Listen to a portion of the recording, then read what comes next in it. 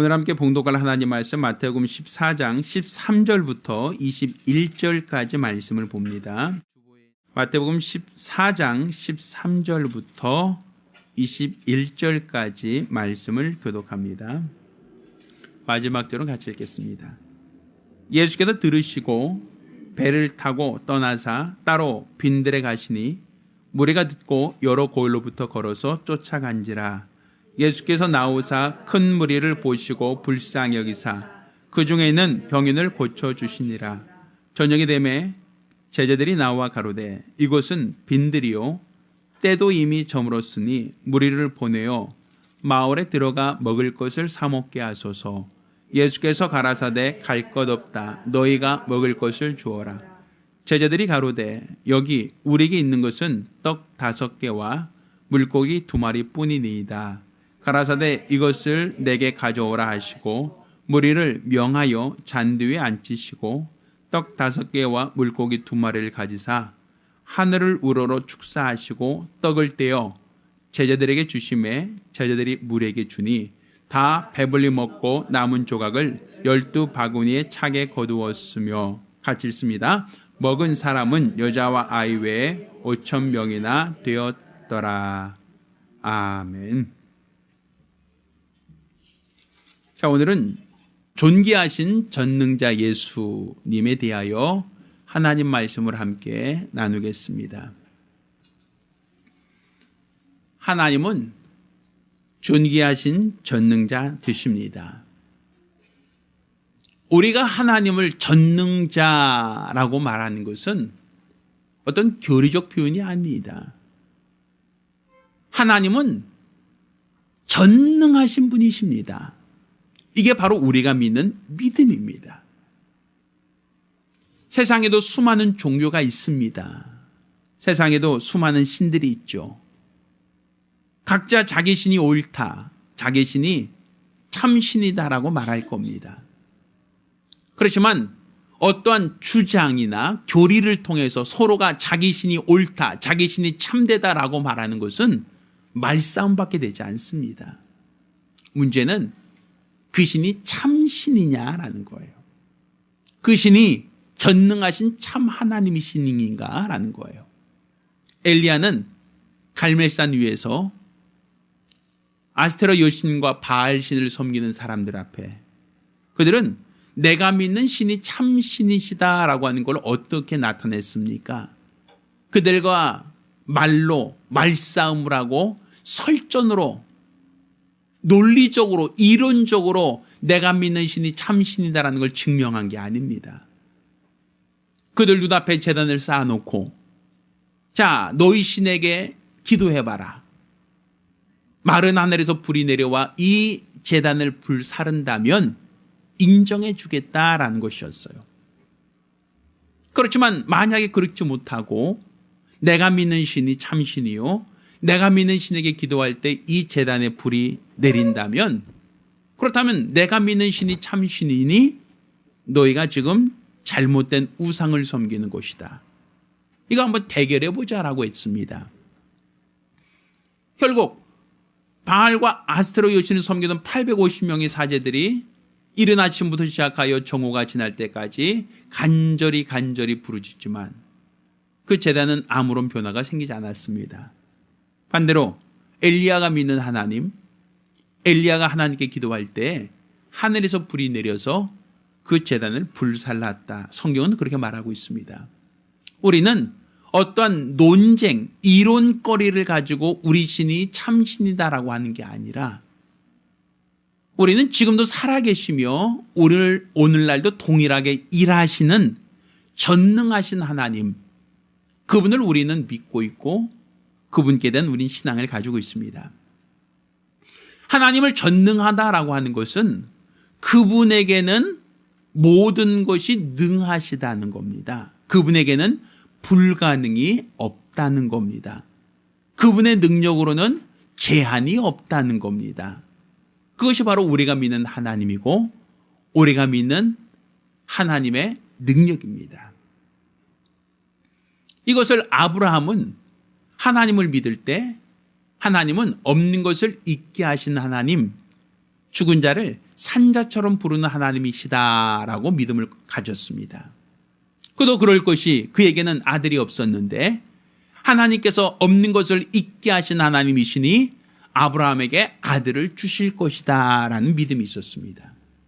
또한 죽은 자를 산자처럼 부르신 하나님이시니 그 아브라함이 나이가 많아서 남성으로서의 능력이 죽었고 또 그 안에 살아있는 나이 90에 여인으로서 생산할 능력이 다 죽었지만 하나님의 능력으로 그들은 100세에 아들을 얻고 또 아들을 낳았단 말입니다. 이것을 통하여 아브라함은 하나님은 능력이 많으신데 그 능력은 없는 것도 있게 하시는 능력이요. 죽은 자라 할지라도 하나님께서 원하시면 살릴 수 있는 게 바로 하나님만 갖고 있는 유일한 능력이시다. 이게 바로 아브라함의 믿음입니다. 우리가 아브라함을 믿음의 조상이라고 한다면 우리가 믿는 이 믿음도 우리 하나님은 전능하신 참 신이시다라는 게 바로 우리의 믿음이 되어야 됩니다. 그 신은 없는 것을 있게 하시는 전능자요, 죽은 자라 할지라도 살릴 수 있는 능력이 많으신 분이라는 것이 바로 저와 여러분이 가져야 될 하나님, 저와 여러분이 가져야 될 믿음이라는 사실입니다. 사실 이스라엘 백성들은 하나님을 눈으로 보고 믿은 적이 한 번도 없습니다. 하나님은 영이시기에 눈에 보이지 않습니다. 하나님은 영이시기에 인간이 감각할 수 있는 대상도 아닙니다. 그렇게 많은 사람들은 하나님을 인정하지 않는 이유가 보이지 않고 들리지 않고 감각할 수 없다는 것. 이게 바로 사람들이 하나님을 부정하는 이유가 됩니다. 그렇지만 하나님은 친히 자기 모습을 우리에게 보이는 분으로서가 아니라 자신의 능력을 통해서 하나님의 살아계심을 나타내 주시는 분이라는 얘기입니다. 그래서 없는 것을 있게 하시는 그 능력은 바로 우리가 사는 이 세상, 우리 눈으로 보이고 우리가 만져지는 이 모든 세계가 우연이나 저절로 생긴 게 아니라 하나님에 의해서 만들어졌다, 피조되었다라는 것이 바로 하나님이 살아계신 증거가 됩니다. 세상이 존재하고 나서 하나님이 만드신 게 아니라 아무것도 없는 세상에 하나님이 빛 있으라 하심에 빛이 생겼고 아무것도 없던 곳에 하나님이 물 가운데 묻이 드러나라 하시고 씨 맺는 채소가 나게 하심에 그렇게 생겨난 겁니다. 하늘에 나는 새도 바다에 헤엄치는 물고기도 땅에 기어다니는 모든 육축도 원래부터 있었던 것이 아니라 아무것도 없었던 곳에 하나님이 있으라 하실 때 하늘의 새가 날아다니고 바다에는 물고기가 헤엄치며 땅의 육축들이 살게 되었다라고 얘기합니다. 이 세상은 없던 것이 있게 되어지는 역사를 인정할 수가 없어요. 왜? 세상의 능력은 그런 능력이 없기 때문에. 그러니까 세상은 기존에 있던 것이 모양이 변한 것이다. 이것은 세상에서도 가능한 얘기입니다. 그래서 나무를 태우면 숯이 될 수 있다. 이건 세상에서 말하는 논리적인 이야기일 겁니다. 진흙을 이겨서 도자기를 만들 수 있다. 이건 세상에서 말하는 이야기가 될 수 있습니다. 쇠를 녹여서 기계를 만들고 자동차를 만들었다. 이건 세상에서 가능한 변화가 됩니다. 수소와 산소라는 그 공기를 두 개 합성해서 물을 만들 수 있다. 이건 세상에서 말하는 겁니다. 그렇지만 세상은 이렇게 변화된 것을 만들기 위해서는 원재료가 있어야만 가능하죠. 나무가 있어야만 숯을 만들 수 있고 원숭이가 있어야만 사람이 진화될 수 있어요. 뭔가 존재해야만 그 다음 것을 모양을 바꾸든 형태를 바꾸든 성질을 바꿀 수가 있다. 이게 세상의 원리입니다. 왜? 세상은 없던 것을 있게 하는 능력은 없거든요. 존재하지도 않던 것을 새롭게 생기는 능력은 그건 하나님만 갖고 있는 고유한 능력이지 사람들이 갖고 있는 능력이 아니란 말입니다. 그러니 사람들은 나무를 태워서 숯을 만들었습니다라고 하면 맞습니다. 옳습니다. 참 대단합니다. 진흙을 이겨서 도자기를 만들었습니다 하면 굉장합니다. 이건 인정할 수 있지만 아무것도 없던 데서 빛이 생기고 아무것도 없던 데서 새가 나오고 아무것도 없던 데서 물고기들이 나오고 아무것도 없었는데 육축이 생겼다라는 것은 그들의 논리에서 봤을 때는 이해하기 매우 어려운, 납득하기 어려운 얘기를 한 얘기입니다. 그거는 하나님만 하실 수 있는 고유한 능력이기 때문에 그렇습니다. 또한 사람들이 병든 사람을 고치고 치료하는 경우는 우리 많이 보았습니다. 아픈 사람을 치료해서 회복시키고 또 연약한 사람을 위해서 도와주는 일을 많이 보았습니다. 그렇지만 오늘날 의학으로도 죽은 자를 살리는 병원은 없습니다. 사람이 호흡이 멈추면 산소기를 뗍니다. 영양제를 놨던 그 혈관의 바늘을 뽑아버립니다. 그를 위하여 사용하던 모든 약물과 모든 의료적 혜택들을 다 제거해 버립니다. 그리고 그를 이제 흙으로 돌려보내는 장례를 진행합니다. 이는 현대의학이 죽은 자를 살리는 능력이 없다라는 걸 얘기합니다. 그렇지만 하나님의 능력은 바로 죽은 자를 살리는 능력이 하나님께만 있다라는 것을 우리에게 말하고 있습니다. 그러니까 내가 가지고 있지 않다라고 해서 내가 그걸 할 수 없다고 하여 하나님의 능력도 불가능하다, 하나님도 할 수 없다고 얘기하는 것은 올바른 믿음의 자세가 아닙니다. 요즘에 얼마 전 선거가 끝났죠. 선거를 하면서 제가 유심히 보니까 각 후보들마다 공약을 내걸고 있더라고요. 어떤 분은 이 원당에 이제 개발시키겠습니다, 발전시키겠습니다, 터미널을 만들겠습니다, 또 역을 신설하겠습니다, 또 뭘 만들겠습니다 하고 정말 많은 공약들을 제시하고 있어요. 그런데 그 공약들은 그 후보자들이 내 능력의 한도 내에서 할 수 있는 것을 공약으로 얘기하는 것이지, 자기가 할 수 없는 것을 공약으로 내걸면 이건 거짓말이 됩니다. 그러니까 후보자들이 내가 이 지위에 올라가면, 내가 이런 어떤 특권을 갖게 되면, 내가 이런 권세를 갖게 되면 내가 이 지역을 개발시키겠습니다, 내가 이렇게 발전시키겠습니다, 이곳에 주차장을 만들겠습니다, 이런 여러 가지 공약들을 선심속으로 내걸고 있지만 결국 그들이 할 수 있는 능력은 제한되어 있다는 얘기입니다. 그 능력의 범위를 초월해서까지 내가 하겠습니다라는 사람은 한 사람도 없죠. 그러니까 우리 모든 인간들은 그 능력의 한계가 정해져 있어요. 내가 할 수 있는 것이 정해져 있고 내 능력에는 분명한 한도가 정해져 있어요. 그렇다 할지라도 하늘과 땅과 모든 만물을 지으신 하나님, 그분의 능력은 내가 할 수 있는 범위 내에서 하는 것이 아니라 내가 할 수 없는 것, 내가 도저히 감당할 수 없는 그 이상을 하나님이 하신다는 얘기입니다. 하나님은 역사적으로도 하나님이 살아계시다는 걸 어떻게 나타내셨는가 하면, 없는 것을 있게 하는 그 능력을 통하여, 죽은 자를 살리는 그 능력을 통하여 하나님이 살아계신 참 신이시다라는 것을 역사적으로도 많은 이들이 경험케 하셨습니다. 하나님이 이스라엘 백성을 애굽에서 이끌어내셔서 가나안으로 옮기셨다라는 것은 이스라엘의 역사적인 사건입니다. 이건 신화가 아닙니다. 역사적으로 애굽에 이스라엘 백성이 살았다는 그 기록이 남아있고, 그들이 애굽에서 나와서 가나안으로 들어가 가나안 땅을 현재 거기를 점령하고 있다는 것은 오늘날 이스라엘이라는 나라가 신화적인 나라가 아니라 실제 우리가 사는 동시대의 나라로서 존재하고 있단 말입니다. 근데 그들은 역사를 배울 때 자기들은 애굽에서 나와서 가나안으로 이동하는 중에 하나님의 도우심과 인도를 받은 민족이라고 그들은 그렇게 고백을 하고 있습니다. 그런데 애굽에서 가나안 땅까지 가는 그 여정은 하루 이틀 상간으로 간 것이 아니라 40년이 걸렸습니다. 그리고 그들이 지나갔던 그 길은 광야길이라고 성경은 그렇게 말하고 있습니다.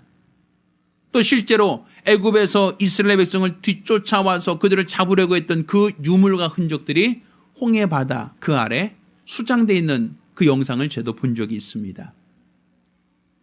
그럼 실제로 그들이 광야길을 지나서 가나안 땅까지 들어갔는데 그 수요가 장정, 그러니까 군인으로 나설 수 있는 사람만 60만 명 정도로 예상합니다. 그러면 남녀 성비가 같다고 한 전제, 한 가족을 4인 가족이라고 하는 전제로 본다면 최소 인원이 한 240만 이상이 됩니다. 그럼 240만이라고 하는 사람이 광야에서 물이 없고 마실 물도 또 음식도 없는 곳에서 40년을 거쳐서 가나안 땅으로 갔다는 것은 상식적으로 이해하기 매우 어렵습니다. 분명 그들이 지나간 길인데 그 길을 40년 동안 어떻게 마실 물을 조달할 것이며 어떻게 그들에게 먹을 수 있는 음식을 조달할 수 있겠습니까? 우리가 간혹 보다 보면 낙타에 물이나 음식을 싣고 대상들이 지나다니면서 물건을 조달하는 경우를 우리는 본 적이 있어요. 그렇게 만약에 많은 상인들이 이스라엘 백성이 있는 곳으로 마실 물과 음식을 사날랐다라고 한다면 240만 명이 먹을 수 있는 음식을 나르기 위해서는 엄청난 낙타가 필요합니다. 그리고 그들이 마실 수 있는 물을 조달하려면 이건 강줄기를 옮겨 놓지 않는 한 그 물을 조달하기는 극히 어렵습니다.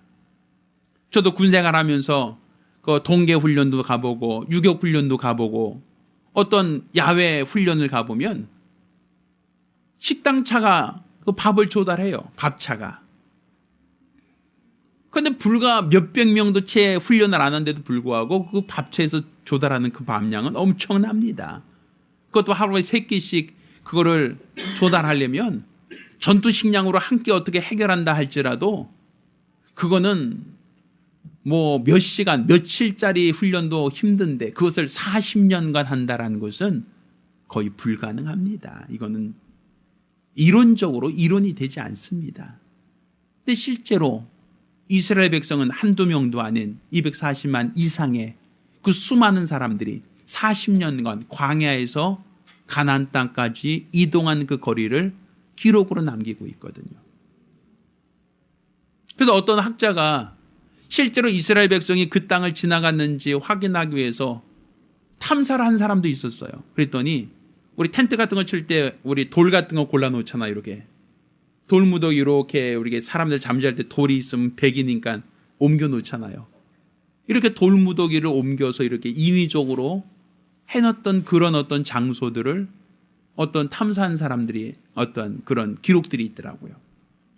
그러니까 그 길이 그냥 한두 사람이 돌무더기 옮겨 놓은 곳이 아니라 수십만, 수백만 명이 지나가는 흔적들, 그런 것들이 오늘날에도 그대로 남아있다는 얘기를 들었어요.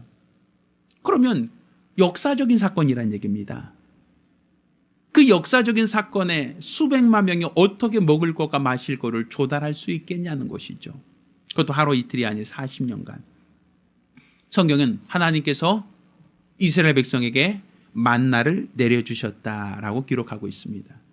근데 우리나라 말로 만나라고 하니까 우리나라 표현으로 어떤 의미가 돼요? 만나, 맛있다라는 의미가 있죠. 그런데 사실은 이 만나라는 의미가 무슨 뜻이냐면 이스라엘 사람들은 그 만나가 뭐냐면 이게 뭐니? 이 뜻이에요. 이게 뭐야? 이런 뜻이에요. 물어보는 거예요. 이게 뭐야? 그들은 평생 보지도 못했고 먹어보지도 못했던 것을 하나님이 해 뜨기 전에 가서 만나를 가서 먹으라고 하니까 사람들이 가서 만나를 따면서 이게 뭐니? 이게 만나예요. 이름 자체가.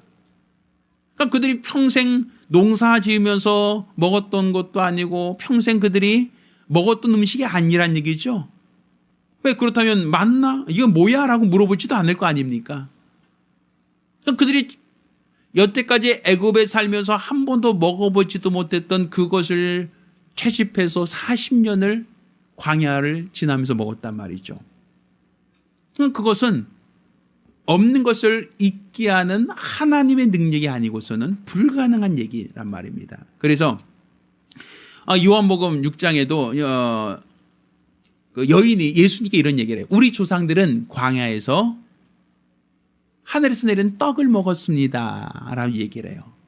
그러니까 당신은 메시아라면 우리에게 어떤 표적을 보여주려고 합니까? 라는 얘기겠죠.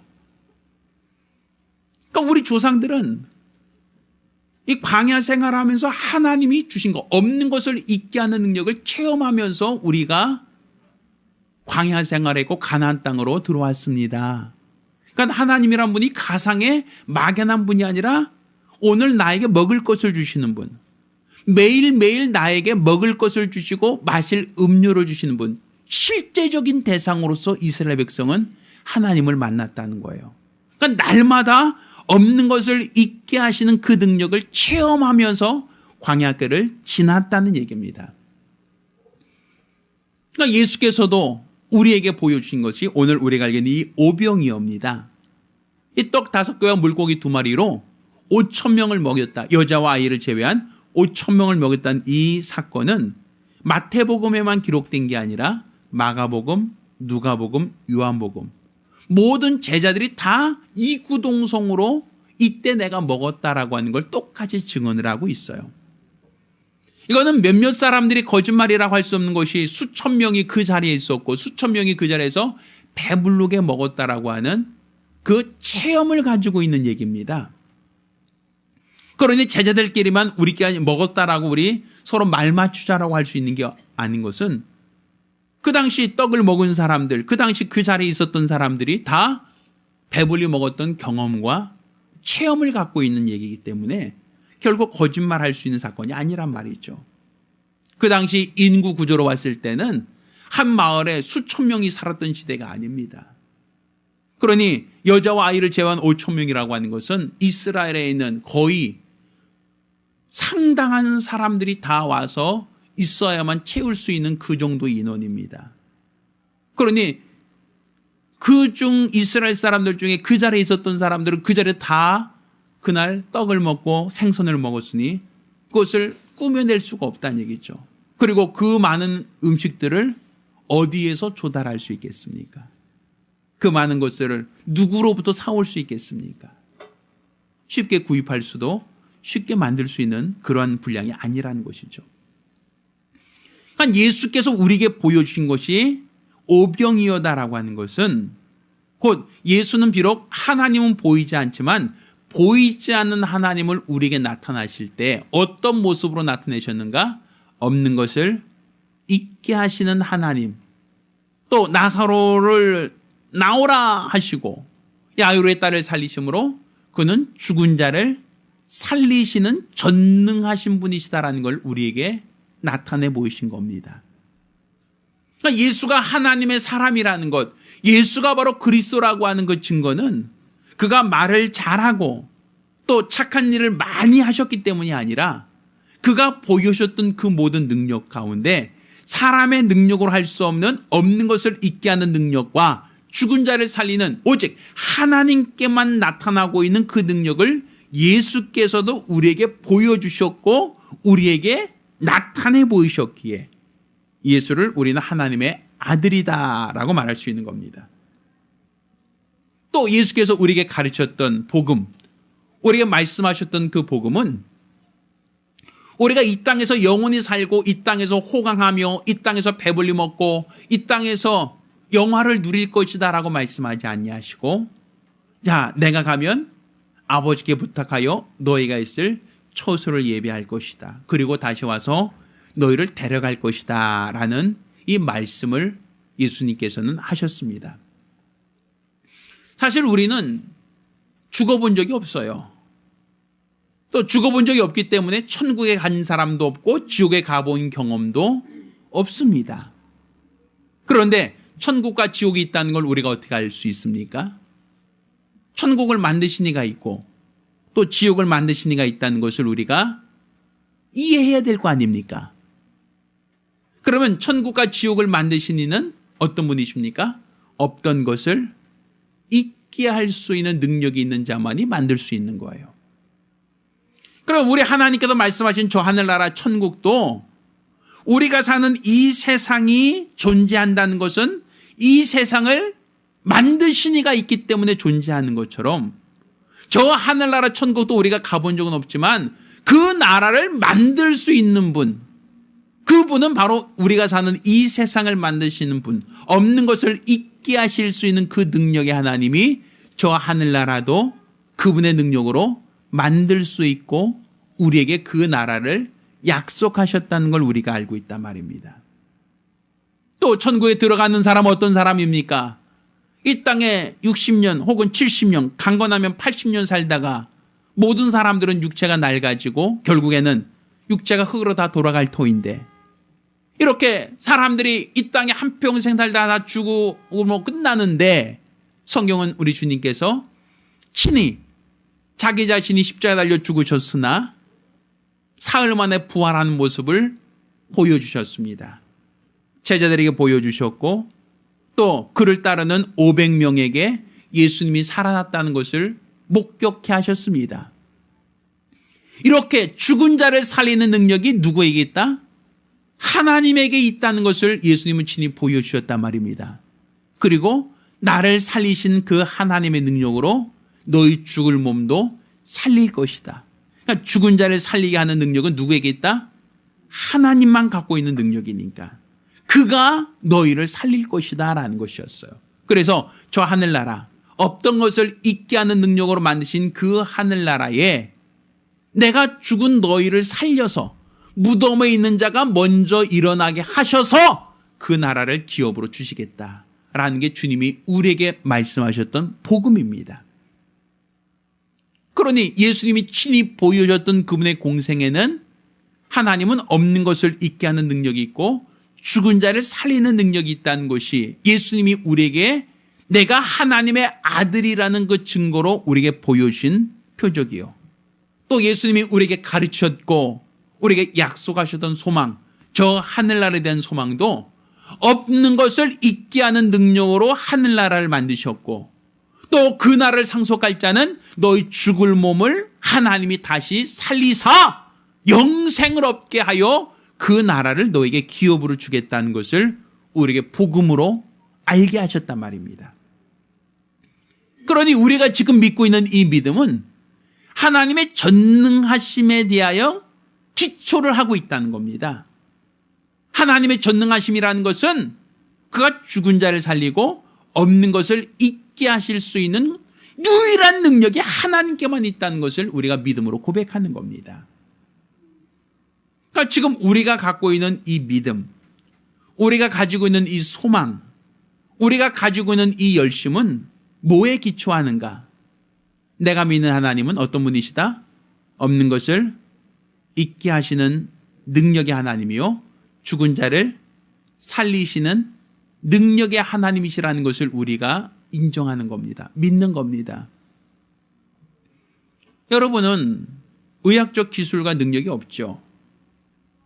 내가 사람이 아프면 고쳐줄 만한 의술이 내게 없어요. 그때 어떻게 합니까? 내가 할 수 없다고 병든 사람을 그냥 포기해버립니까? 아프다고 하는 사람을 그냥 내버려 둡니까? 난 못하니까 그냥 어떻게 되겠지 뭐 이렇게 얘기합니까? 그렇지 않죠. 우린 그 사람을 어떻게 합니까? 고칠 수 있는 병원을 찾아요. 고칠 수 있는 의사를 찾아가요. 그리고 의사에게 이 사람을 고쳐달라고 부탁하고 사정을 합니다. 예전에 제가 직접 보지 못했지만 제가 들었던 어떤 이야기 중에 하나가, 예전에 저희 현대 아산병원이라고 저 우리나라에서 가장 큰 병원 중에 하나로 굉장히 유명한 병원이 있어요. 그 병원에 신방 갔던 적이 있어요. 근데 거기서 내가 들었던 얘기 중에 하나는 어떤 부부가 아이 하나를 얻고 와서 이 아이를 좀 고쳐달라고 아이를 데려왔는데 의사와 간호사들이 병실이 없어요. 지금 이 아이를 치료할 의사가 없다고 이 아이를 돌려보내는 어떤 그 얘기 속에서 그 부모가 그 아이 때문에 뭐 거기서 난동을 피운 그 얘기를 해주시는 그 얘기를 들었어요. 조그만 병원에 아이를 데려갔는데 조그만 병원에선 이 아이를 큰 병원으로 옮기게 했다는 겁니다. 지금 상태가 위독하니까 더 큰 병원으로 가세요. 그래서 아이를 들쳐업고 큰 병원으로 왔는데 병실이 없어요. 지금 마침 당직 의사가 없으니까 다른 병원으로 가세요라고 하니까 이 부모가 아이를 들쳐고 와서 내 아이는 죽어가는데 병실이 없다는 게 무슨 말이냐고 소리 지르고 난동을 피우고 이 아이 죽으면 책임질 거냐고 막 이렇게 언성을 높이고 행패를 부렸다는 어떤 그 얘기를 해주는 거예요.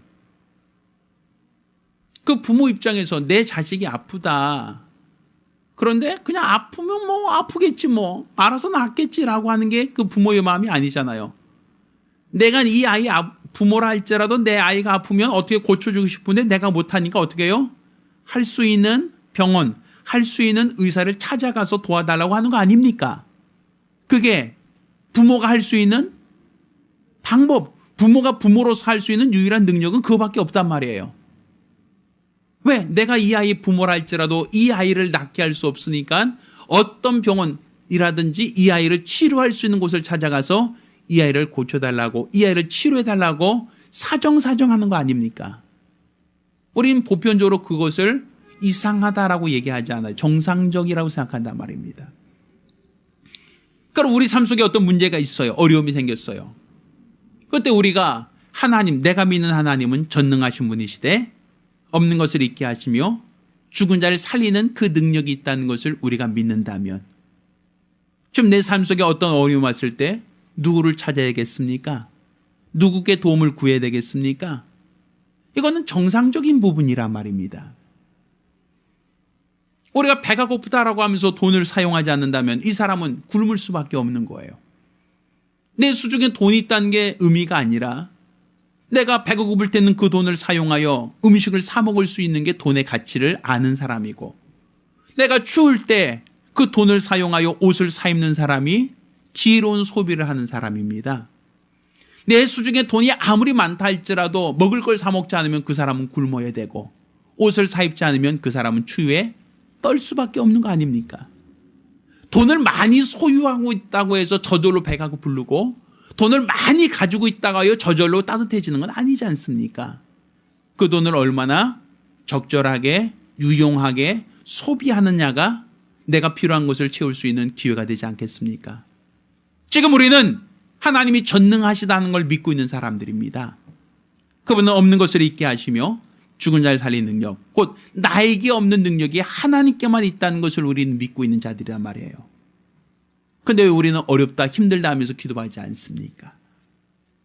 하나님의 도움이 필요하다라고 하면서도 우리는 하나님께 기도하지 않고 하나님을 의지하지 않습니다. 하나님이 전능하셔서 그분에겐 불가능이 없다. 없는 것을 있게 할 수 있고 죽은 자를 살릴 수 있다라고 머리로만 이해할 뿐 정작 하나님께 기도하지 않고 하나님의 도움을 하나님의 은혜를 구하지 않는다면 그것을 어찌 믿음이라고 할 수 있습니까? 또 그러한 믿음을 갖지 않고 있는 사람이 어떻게 하늘나라 영원한 나라가 주님께서 없는 것을 있게 하시는 그 능력으로 만드셨다는 걸 어떻게 믿을 것이며 또 내가 육체로 살다가 죽으면 그것으로 끝났다라고 하지 않고 내가 죽을지라도 나를 죽음에서 살리실 리가 있다는 것을 믿지 못한다면 하늘나라가 나와 무슨 상관이 있습니까? 영원한 나라가 나와 무슨 의미가 있겠습니까? 지금 우리가 예수의 참 제자가 되자라고 하는 것, 예수를 따르는 제자가 되자는 것은 예수님은 아버지를 알았다는 겁니다. 그분이 얼마나 전능하신지를 알고 믿었다는 겁니다. 그렇기에 예수께서는 철저히 없는 것을 있게 한 능력은 아버지께 있다는 걸 아셨기에 그 능력을 나타내신 것이고 그래서 오늘 본문을 보면 하늘으로 하나님께 축사하시고 기도하시고 이것을 나눠줘라 하는 얘기를 한단 말이에요. 떡 5개와 물고기 2마리 비록 적은 양이지만 5,000명이 먹기에는 턱없이 부족하지만 이것을 가지고 하늘으로 축사하시고 하나님께 기도하신 연후에 나누어주라 하지 않습니까? 지금 내가 능력이 없고 내가 부족하다 할지라도 없는 것을 있게 하는 그 능력이 하나님께 있고 죽은 자를 살리는 능력이 하나님께 있다는 걸 믿으신다면 왜 우린 기도하지 않습니까? 왜 우리는 하나님의 도움을 구하지 않습니까? 물론 내가 정욕을 위하여 잘못 구하는 것은 응답이 없다라고 얘기합니다. 내 욕심껏 구하는 것은 하나님의 관심을 갖지 않는다고 얘기하죠.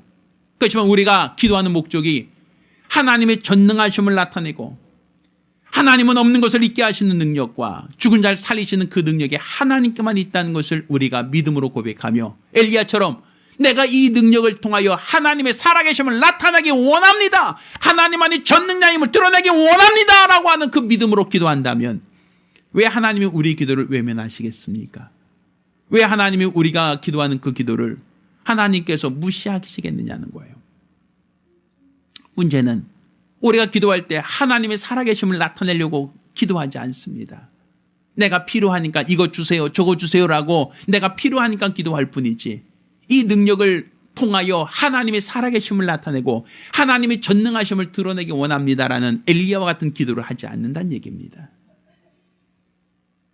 우리가 하나님의 전능하심을 믿지 못한다면 하늘에 천국이 있다는 걸 어떻게 믿을 겁니까? 우리가 육체로 살다 죽으면 어떻게 다시 부활할 것을 믿을 수 있겠습니까? 죽은 자를 살리는 능력도 하나님께만 있고 없는 것을 있게 하는 능력도 오직 하나님께만 있는데 저 하늘나라는 어떻게 믿고 그 나라를 소망할 것이며 그 나라는 우리가 어떤 방법으로 갈 수 있겠습니까?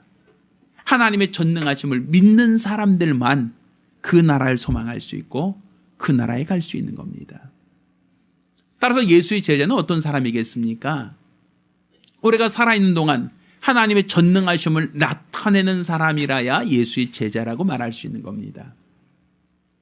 우리가 기도를 통하여 또한 우리의 모든 삶을 통하여 하나님은 없는 것을 있게 하시며 죽은 자를 살리시는 전능하신 신이요 그분만이 참 신이라는 것을 우리의 삶을 통하여 증명해야 됩니다. 드러내야 됩니다. 이게 바로 우리가 기도 응답받아야 될 이유가 되는 겁니다. 또 이러한 체험이 있고 이러한 간증이 있는 사람이라야 내가 만나는 사람에게 저 하늘나라도 영광의 나라도 사람들이 상상으로 만들어낸 나라가 아니라 하나님이 없는 것을 있게 하셨으니 저 나라도 실존할 것이요 하나님이 죽은 자를 부활하여 그 나라 상속하신다 하셨으니 죽은 자를 살리사 저 나라를 기업으로 주신다는 그 소망을 가지고 전할 수 있을 것 아닙니까? 우리 믿음이 관념화돼서는 안 됩니다. 그냥 내가 할 수 없으니까 하나님도 할 수 없을 거다라고 하는 어리석은 생각은 결국 우리 믿음에 도움이 되지 않습니다. 우리 믿음은 우리 믿음의 대상을 전능하신 분으로 알고서 믿는 믿음입니다. 내가 할 수 없다 할지라도 하나님은 할 수 있으니 그분은 없는 것을 있게 하시고 죽은 자를 살리는 그 능력이 하나님께만 있다는 것을 시인하는 자, 그가 바로 믿음 있는 사람이요 예수를 따르는 예수의 제자라 말할 수 있습니다. 따라서 저와 여러분 모두가 관념적인 걸 믿음이라 생각하지 말고 엘리야처럼 누구신이 참신인가 우리가 한번 대결해 보자. 내가 믿는 하나님은 없는 것을 있게 하시고 죽은 자를 살리시는 그 능력이 하나님께만 있고 하나님의 고유한 능력이라고 만나는 모든 사람에게 전하고 증거할 수 있는 그 능력이 여러분에게 예수 이름으로 축원합니다.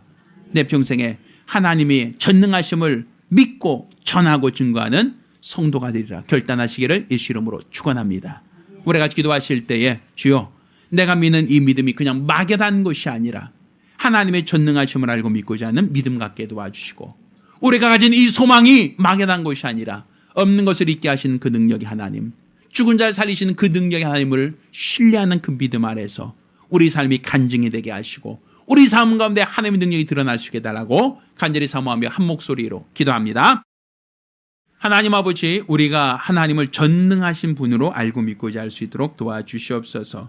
하나의 종교생활하듯 막연하고 맹목적으로 종교생활하지 않게 하시고 내가 믿는 하나님은 전능하신 참신이라는 것, 그분은 없는 것을 있게 하시며 죽은 자를 살리시는 전능하신 분이라는 것을 알게 도와주시옵소서.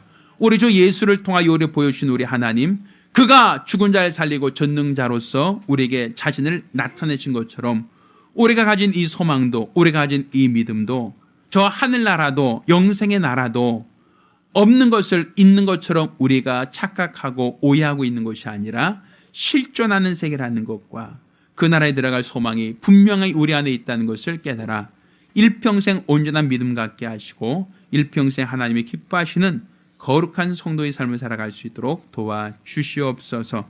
우리에게 말씀하신 주의 음성을 듣고 우리에게 명하신 거룩한 주의 뜻을 쫓아 살아갈 수 있는 믿음의 사람들이 될 수 있도록 도와주시옵소서. 감사드리며 살아계신 예수 이름으로 기도드렸습니다. 아멘. 할렐루야. 할렐루야. 그냥 막연하게 생각하지 마시고 여러분의 삶 속에 전능하신 하나님의 능력을 체험할 수 있는 기회가 되기를 예수 이름으로 부탁드립니다.